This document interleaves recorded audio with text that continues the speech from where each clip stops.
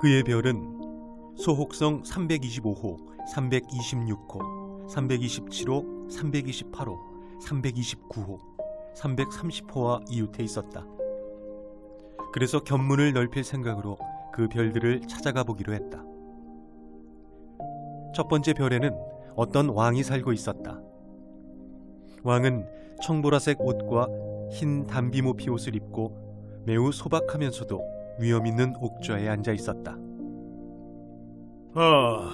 신하가 하나 왔구나. 어린 왕자가 오는 것을 보고 왕이 큰 소리로 외쳤다.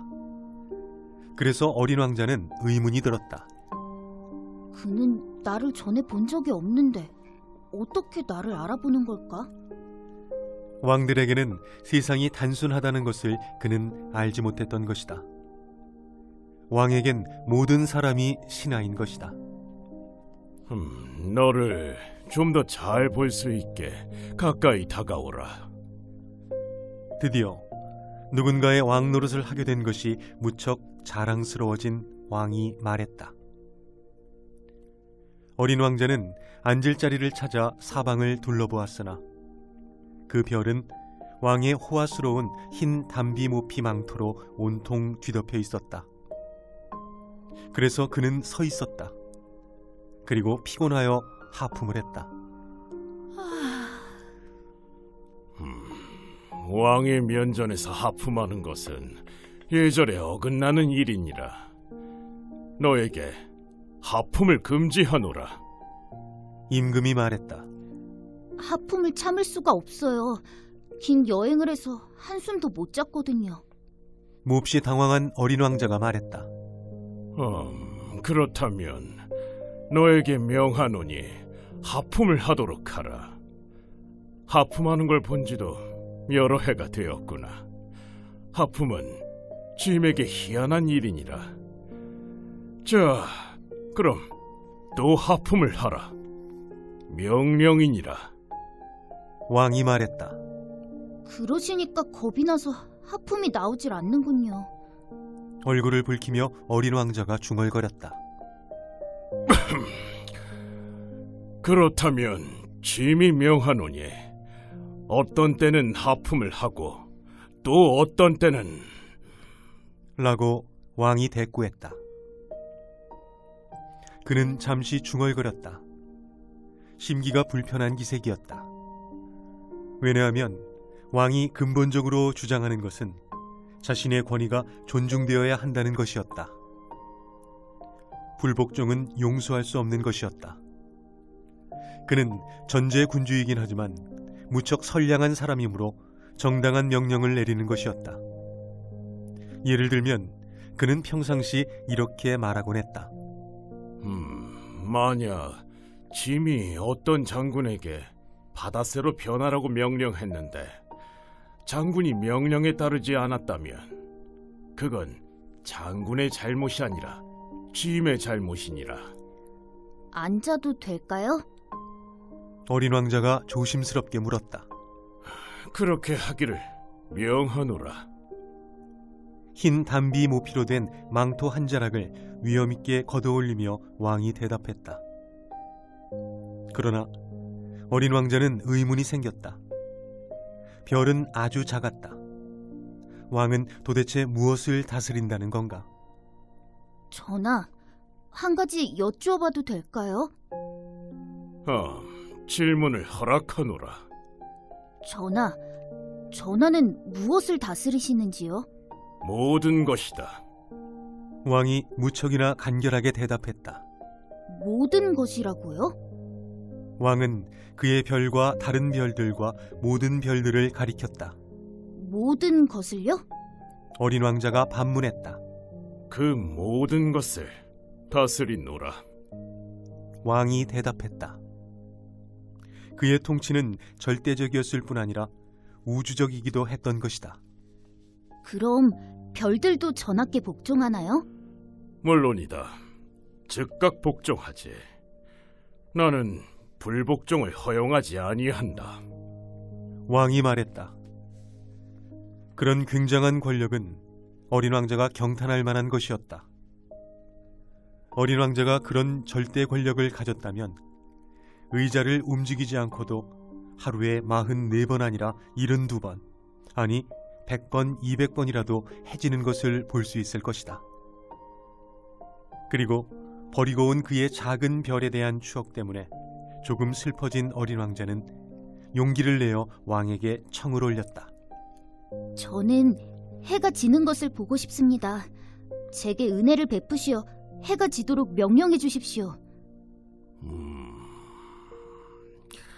짐이 어떤 장군에게 나비처럼 이 꽃에서 저 꽃으로 날아다닐 것을 명령하거나 비극 작품을 한 편 쓰라고 혹은 바다새로 변하도록 명령했는데 그 장군이 명령을 받고 복종하지 않는다면 그의 잘못일까, 짐의 잘못일까?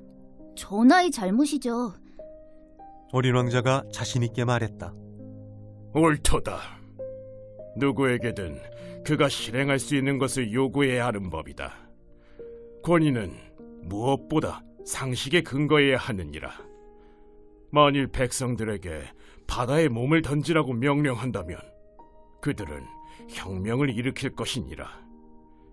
내가 복종을 요구할 권한을 갖는 것은 나의 명령이 이치에 맞기 때문이다. 왕이 말을 계속했다. 그럼 저의 일몰 부탁은요? 일단 던진 질문은 절대로 잊지 않는 어린 왕자가 그걸 상기시켰다. 해가 지는 것을 보게 될 것이다. 짐이 요구하겠노라. 하지만 내 통치 기술에 따라 조건이 갖추어지기를 기다리겠노라. 언제 그렇게 되나요? 어린 왕자가 물었다. 왕은 두툼한 연감을 뒤적거리고 말했다. 그러니까 오늘 저녁 7시 40분이니라. 짐의 명령이 얼마나 잘 이행되는지 보게 될 것이다. 왕이 대답했다. 어린 왕자는 하품을 했다. 일몰을 못 보게 된 것이 아쉬웠다. 그리고 이미 좀 무료해졌다. 저는 여기서 더 할 일이 없군요. 그럼 떠나가 보겠습니다. 그가 왕에게 말했다. 떠나지 말라. 떠나지 말라. 그대를 장관으로 삼겠노라. 신하를 한 사람 갖게 된 것이 몹시 자랑스러운 왕이 대답했다. 무슨 장관이죠? 그러니까 법무장관이다. 하지만 재판할 사람이 아무도 없는데요? 그건 모를 일이지. 짐은 아직 내 왕국을 제대로 돌아다녀 보지 않았느니라. 이제 나이를 먹었고 마차를 둘 자리도 없고 걸어다니면 피곤하거든. 왕이 말했다. 하지만 제가 벌써 다 보았습니다. 시선을 돌려 별의 다른 쪽을 한번 훑어보며 어린 왕자가 말했다. 이쪽과 마찬가지로 다른 쪽에도 아무도 없었다.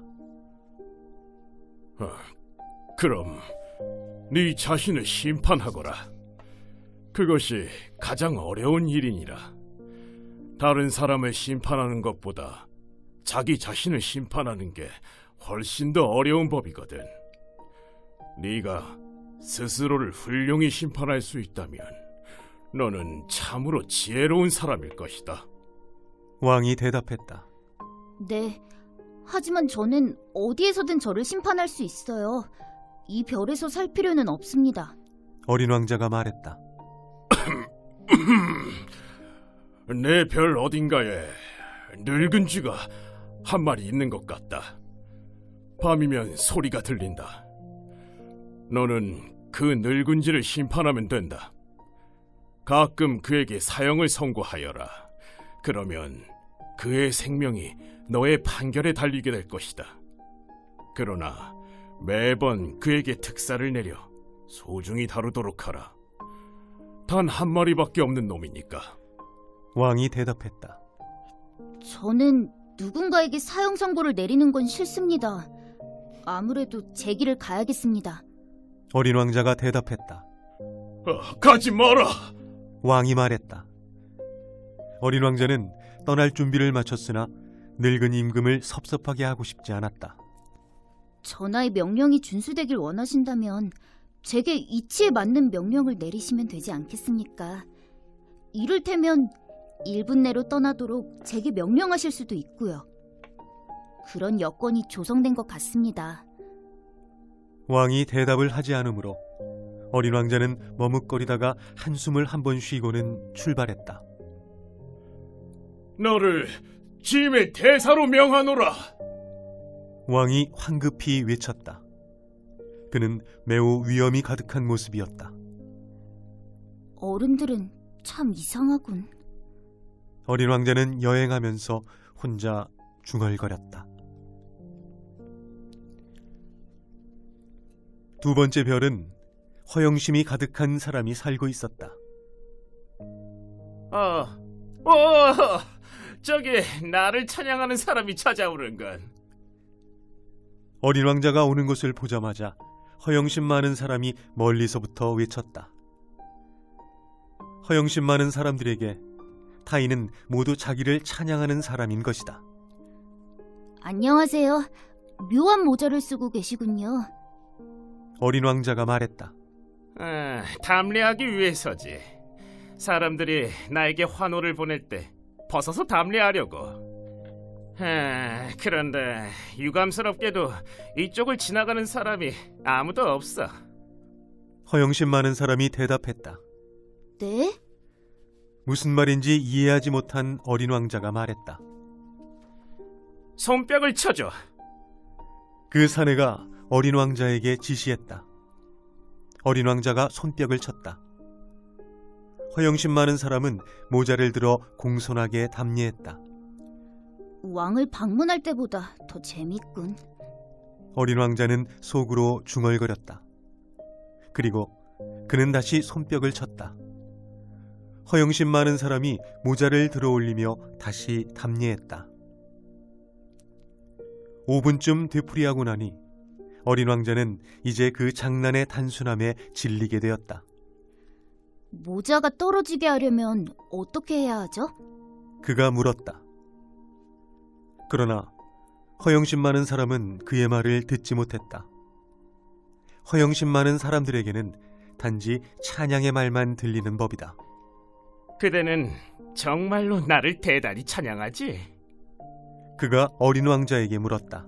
찬양한다는 게 뭐죠? 찬양한다는 건 내가 이 별에서 가장 미남이고 가장 옷을 잘 입고 가장 부자고 가장 똑똑하다고 인정해주는 거지. 하지만 이별엔 당신 혼자밖에 없잖아. 나를 기쁘게 해줘.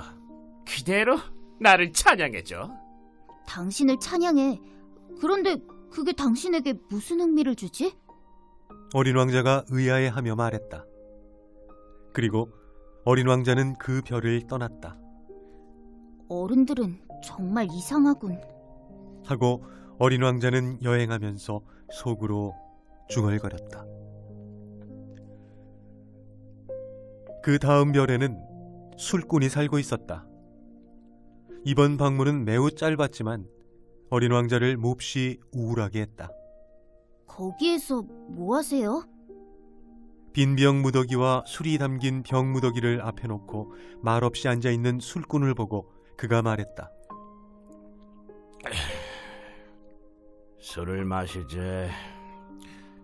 침울한 표정으로 술꾼이 대답했다. 왜 술을 마셔요? 어린 왕자가 그에게 물었다.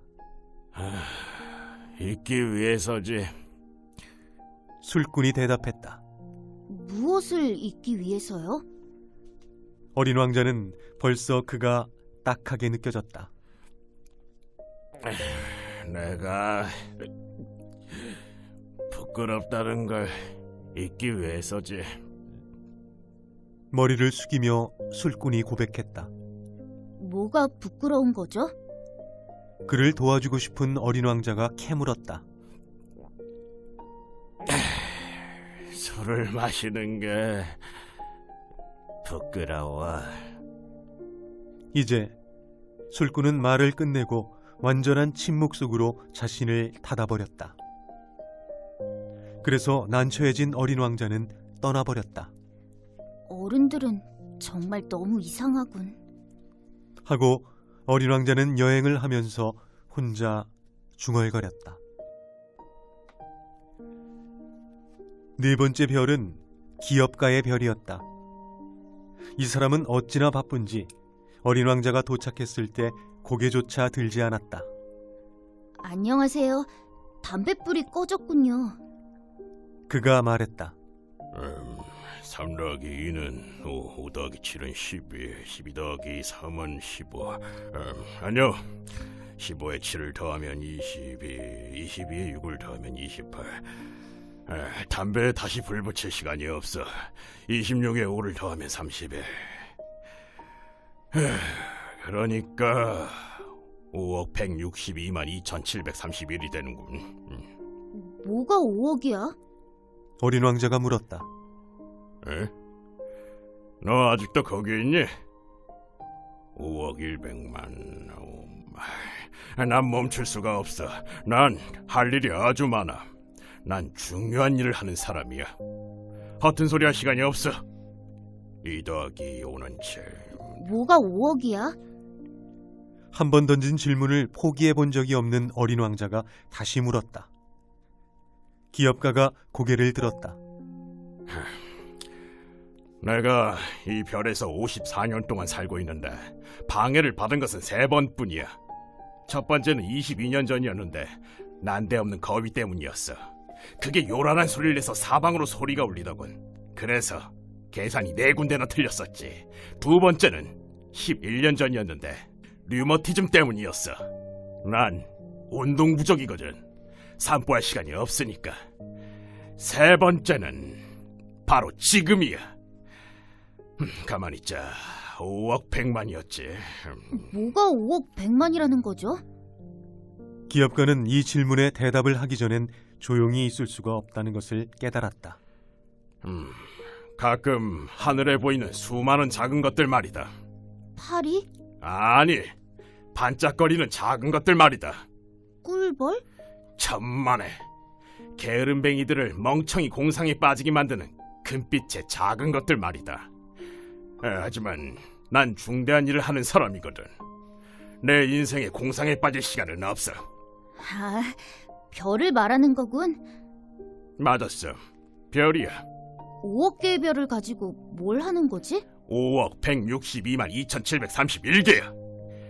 나는 중대한 일을 하고 있는 사람이고 정확한 사람이지. 그 별들을 가지고 뭘 하는 거야? 뭘 하느냐고? 그래, 아무것도 안 해. 그것들을 소유하고 있지. 별들을 소유하고 있다고? 그래. 하지만 내가 전에 본 어떤 왕은 왕은 소유하지 않아. 그들은 지배하는 거야. 그건 아주 다른 얘기야. 그럼 그 별들을 소유하는 게 당신에게 무슨 소용이 있어? 내가 부자가 되는데 도움이 되지. 부자가 되는데 무슨 소용이 있어? 어떤 별들이 새로 발견되면 더 많은 별들을 살 수 있지. 이 사람도 그 술꾼처럼 말하고 있군. 하고 어린 왕자는 생각했다. 그래도 그는 질문을 좀 더 계속했다. 별을 어떻게 소유한담? 별들이 누구에게 속해 있나? 기업가가 짜증이 난 듯 쏘아붙였다. 모르겠네. 누구의 것도 아니겠지. 그러니까 내 것이지. 내가 제일 먼저 그 생각을 했으니까. 그러면 당신 것이 되는 거야? 물론이지. 임자 없는 다이아몬드는 그걸 발견한 사람의 소유가 되는 거지. 임자가 없는 섬을 네가 발견하면 그건 네 소유가 되는 거고, 네가 어떤 좋은 생각을 제일 먼저 해냈으면 특허를 받아야 해. 그럼 그게 네 소유가 되는 거야. 그런 식으로 나는 별들을 소유하고 있는 거야. 나보다 먼저 그것들을 소유할 생각을 한 사람은 아무도 없었거든. 그건 사실이지. 당신은 별들을 가지고 뭘 해? 어린 왕자가 말했다. 그것들을 관리하지. 세어보고 또 세어보지. 그건 힘든 일이야. 하지만 난 원래 중요한 일에 관심이 있는 사람이야. 어린 왕자는 아직 만족하지 않았다. 내가 실크 스카프를 갖고 있다면 말이야. 난 그걸 목에 두를 수도 있고 갖고 다닐 수도 있어. 내가 꽃을 소유하고 있다면 그 꽃을 꺾어가지고 다닐 수가 있고. 하지만 당신은 별을 하늘에서 딸 수가 없잖아. 그럴 수는 없지. 하지만 그것들을 은행에 맡길 수는 있지. 그게 무슨 뜻이야? 조그만 종이에다 내 별들의 숫자를 적어 서랍에 넣고 잠근단 말이야. 그리고 그뿐이야? 그뿐이지. 재미있군. 아주 시적이고. 하지만 그리 중요한 일은 아니군. 어린 왕자는 생각했다. 어린 왕자는 중요한 일에 관하여 어른들과 매우 다른 생각을 가지고 있었다. 나는 말이야, 꽃을 한 송이 소유하고 있는데 매일 물을 줘. 3개의 화산도 소유하고 있어서 매주 청소를 하지. 내가 그것들을 소유하는 건 화산들이나 꽃에게 유익한 일이야. 하지만 당신은 별들에게 유익하지 않잖아. 기업가는 입을 열었으나 할 말을 찾아내지 못했다. 그리고 어린 왕자는 떠나버렸다. 어른들은 분명 너무나 이상하군. 어린 왕자는 여행하면서 혼자 속으로 중얼거릴 뿐이었다. 5번째 별은 매우 특이했다. 그것은 제일 작은 별이었다. 가로등 하나와 가로등을 켜는 사람이 있을 자리밖에 없었다. 하늘 어딘가에 집도 없고 사람도 없는 별에서 가로등과 그걸 켜는 사람이 무슨 소용이 있는지 어린 왕자는 도무지 이해할 수가 없었다. 그렇지만 속으로 중얼거렸다. 이 사람은 어리석은 사람이겠군. 그래도 왕이나 허영심 많은 사람이나 기업가 혹은 술꾼만큼 어리석지는 않아. 적어도 그가 하는 일은 약간의 의미가 있거든. 그가 가로등을 켤 때는 별 1개나 혹은 꽃 1송이를 더 태어나게 하는 거나 마찬가지니까. 가로등을 끌 때면 그 꽃이나 그 별을 잠들게 하는 거고. 그거 아주 아름다운 직업이군. 아름다우니까 진실로 유익한 것이다. 그 별에 도착하자마자 그는 가로등 켜는 사람에게 공손히 인사했다. 안녕? 왜 가로등을 지금 껐어? 안녕. 이건 명령이야. 가로등 켜는 사람이 대답했다. 명령이 뭔데? 내 가로등을 끄는 거지. 잘 자. 그리고 그는 다시 불을 켰다. 왜 지금 가로등을 다시 켰어? 명령이야. 가로등 켜는 사람이 대답했다. 무슨 말인지 모르겠는걸? 어린 왕자가 말했다. 이해할 건 아무것도 없지. 명령은 명령이니까. 안녕. 가로등 켜는 사람이 말했다. 그리고 가로등을 껐다. 그리고 나서 빨간 체크무늬 손수건으로 이마를 닦았다. 난 정말 힘겨운 직업을 가졌어. 예전에는 무리가 없었는데 아침에 불을 끄고 저녁이면 다시 켰지. 그래서 나머지 낮 시간에는 쉬고 나머지 밤 시간에는 잠을 잤어. 그럼 그 후 명령이 바뀌었어? 명령은 바뀌지 않았으니 그게 비극이지. 해마다 이 별은 더 빨리 돌고 있는데 명령은 바뀌지 않는단 말이야. 가로등 켜는 사람이 말했다. 그래서 어떡해? 어린 왕자가 말했다. 그래서 이제는 이 별이 1분마다 1회전을 하니까 1초도 쉴 새가 없는 거야. 매분마다 한 번씩 껐다가 켜야 하는 거지. 참 이상하네. 당신의 별에선 하루가 1분밖에 안 된다니. 조금도 이상할 것 없지. 우리가 얘기하는 사이에 벌써 한 달이 지났단다. 가로등 켜는 사람이 말했다. 한 달? 그래, 30분이니까 30일이지. 잘 자. 그리고는 그는 다시 가로등을 켰다. 어린 왕자는 그를 바라보았다. 자기 명령에 그토록 충실한 점등부가 좋아졌다. 의자를 좀 당겨서 일모를 보고 싶어 하던 지난 일이 떠올랐다. 그 친구를 도와주고 싶었다. 저 말이야. 쉬고 싶을 때 쉴 수 있는 방법이 있어. 그야 언제나 쉬고 싶지. 가로등 켜는 사람이 말했다. 사람은 누구나 성실하면서도 한편 게으름 피울 수도 있는 법이다. 어린 왕자는 말을 계속했다. 당신 별은 아주 작으니까 세 걸음만 옮기면 어디든 갈 수 있잖아. 언제나 햇빛을 받고 싶으면 천천히 걸어가기만 하면 되는 거야. 쉬고 싶을 때면 걸어가도록 해. 그럼 하루해가 원하는 만큼 지속될 거야. 그건 별로 도움이 되지 못하겠는걸. 내가 좋아하는 건 잠자는 거니까. 가로등 켜는 사람이 말했다. 그거 불운하군. 어린 왕자가 말했다. 난 불운해. 안녕. 가로등 점등부가 말했다. 그리고는 등을 껐다.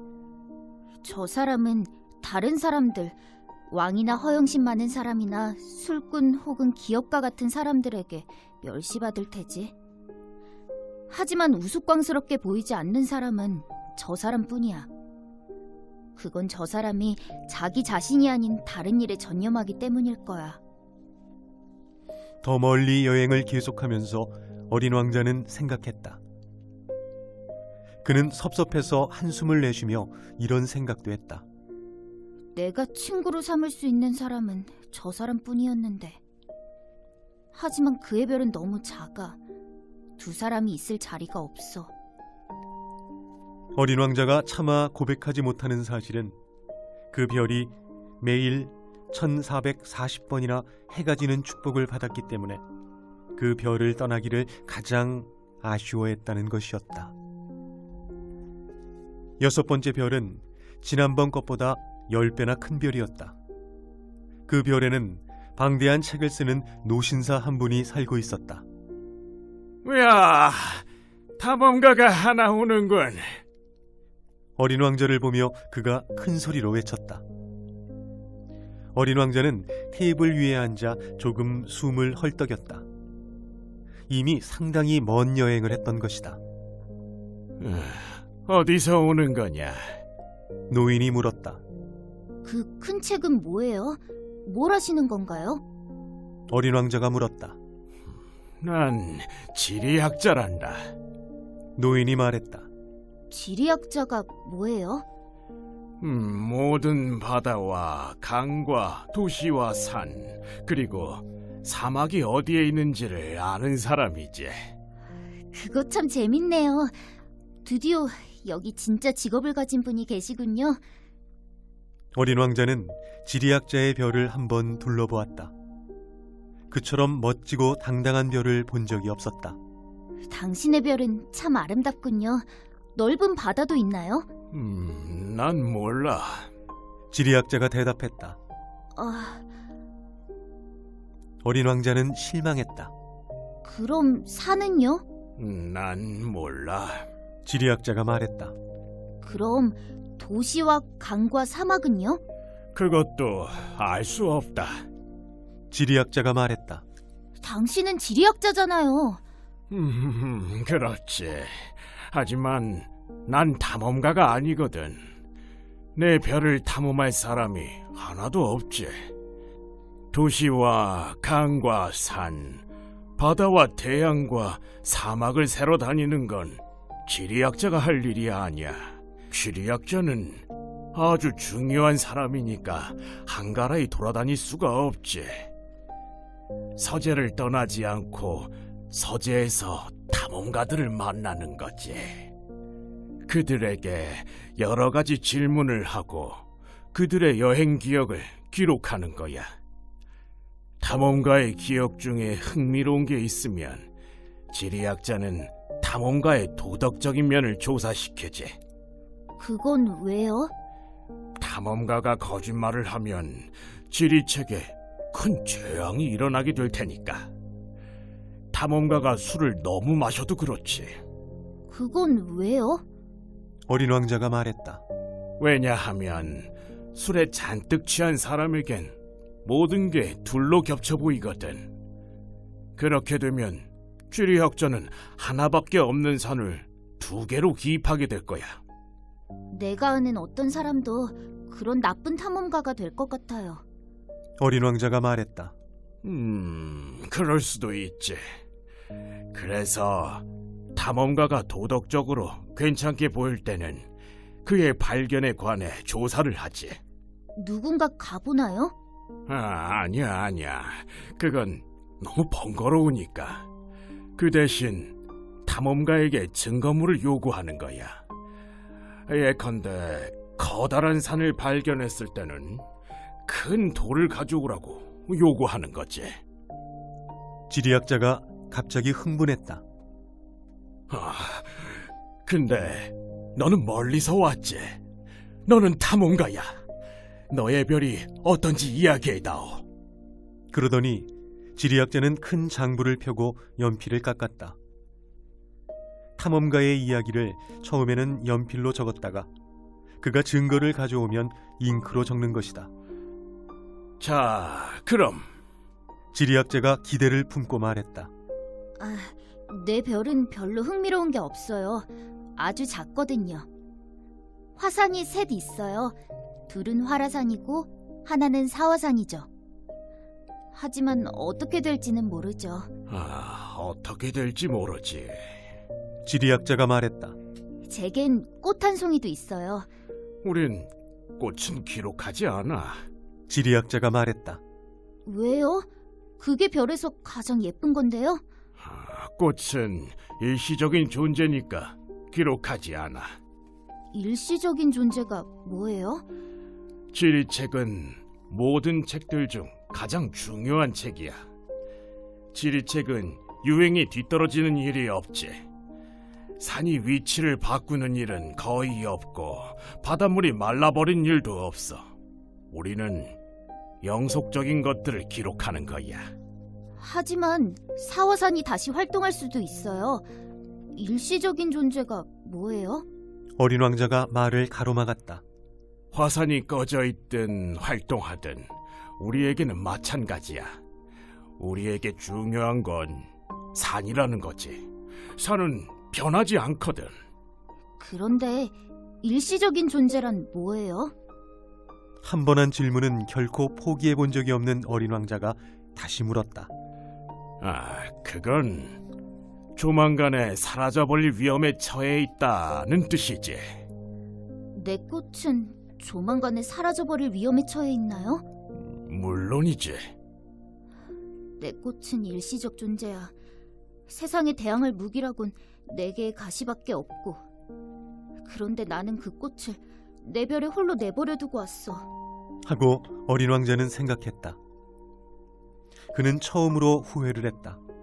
하지만 다시 용기를 냈다. 제가 어디를 가보는 게 좋을까요? 지구라는 별에 가봐. 대단한 명성을 가진 별이거든. 그리하여 어린 왕자는 그의 꽃을 생각하면서 길을 떠났다. 7번째 별은 그래서 지구였다. 지구는 그저 그런 별이 아니었다. 그곳에는 111명의 왕과 7,000명의 지리학자와 90만 명의 기업가, 750만 명의 술꾼, 3억 1,100만 명의 허영에 찬 사람들, 말하자면 약 20억 명의 어른들이 살고 있다.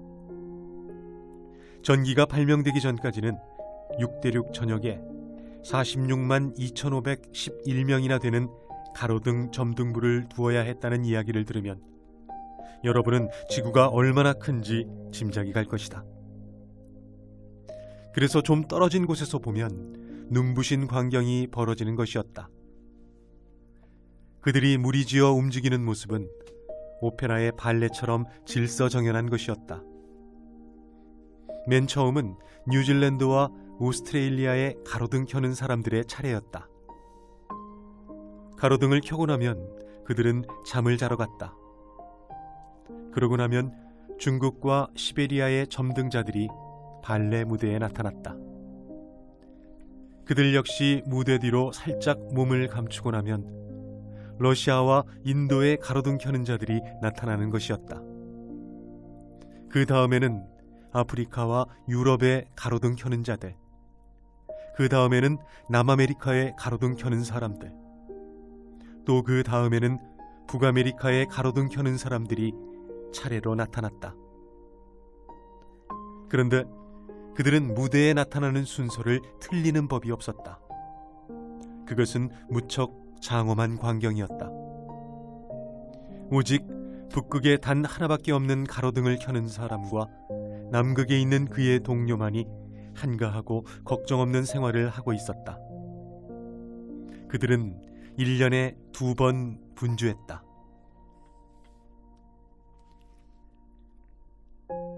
사람이 재치를 부리다 보면 가끔 진실에서 벗어나는 수가 있다. 가로등 켜는 사람들에 관한 내 이야기는 아주 정직한 것은 아니다. 지구를 잘 알지 못하는 사람들에게 자칫하면 지구에 대한 잘못된 생각을 가지게 할 수도 있는 이야기였다. 사람들이 지구 위에서 차지하는 면적은 사실 아주 작은 것이다. 지구에 사는 20억의 사람들이 어떤 모임에서처럼 서로 좀 바짝바짝 붙어 있다면 세로 20마일, 가로 20마일의 광장으로도 충분할 것이다. 그들은 태평양의 아주 작은 섬 위에 차곡차곡 쌓아놓을 수도 있을 것이다. 어른들은 물론 이런 말을 하면 여러분 말을 믿지 않을 것이다.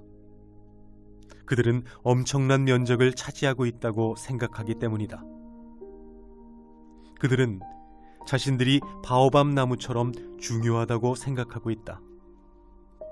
그러니까 여러분은 그들에게 계산을 해보라고 일러주어야 한다.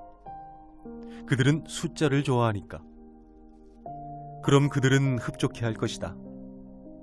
하지만 여러분은 그런 여분의 계산을 하느라 시간을 낭비할 필요는 없다. 그것은 불필요한 것이다. 나는 여러분이 나에게 신뢰를 갖고 있음을 안다. 그래서 어린 왕자는 지구에 도착했을 때 사람들이 전혀 눈에 띄지 않는데 놀랐다. 그가 엉뚱한 별에 찾아온 게 아닌가.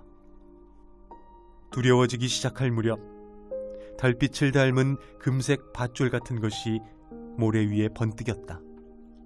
안녕? 어린 왕자가 공손하게 인사했다. 안녕. 뱀이 인사했다. 내가 도착한 여기가 무슨 별이지? 어린 왕자가 물었다. 지구야. 여긴 아프리카지. 뱀이 대답했다. 그래? 그럼 지구에는 사람이 없니? 여긴 사막이야. 사막에는 사람이 없어. 지구는 커다랗거든. 뱀이 말했다. 어린 왕자는 돌 위에 앉아 눈길을 하늘로 향했다. 누구든 언제고 다시 자기 별을 찾아낼 수 있게 별들이 환히 불 켜져 있는지 궁금해. 내 별을 바라봐. 바로 우리들 위에 있어. 그런데 어쩌면 저렇게 멀리 있지? 아름답구나. 여긴 뭘 하러 왔니? 뱀이 말했다. 난 어떤 꽃하고 사이가 틀어졌단다. 어린 왕자가 말했다. 그래. 뱀이 대답했다. 그리고 그들은 서로 침묵을 지켰다. 사람들은 어디에 있지? 사막은 조금 외롭구나. 어린 왕자가 마침내 대화를 재개했다. 사람들 사이에서도 외로운 거야. 뱀이 말했다. 어린 왕자는 그를 한참 바라보았다. 넌 아주 재미있게 생긴 짐승이구나. 손가락처럼 가늘고. 그가 말했다. 그래도 난 왕의 손가락보다 더 힘이 세단다. 뱀이 말했다. 어린 왕자는 미소를 지었다. 넌 힘이 세지 못해. 발도 없으니 여행을 할 수도 없잖아. 난 배가 데려다 주는 곳보다 더 먼 곳까지 너를 데려다 줄 수 있어. 뱀이 말했다. 그는 어린 왕자의 발목을 금발치처럼 휘감고 말했다. 누구든 내가 건드리면 그가 나왔던 땅으로 돌려보내주지.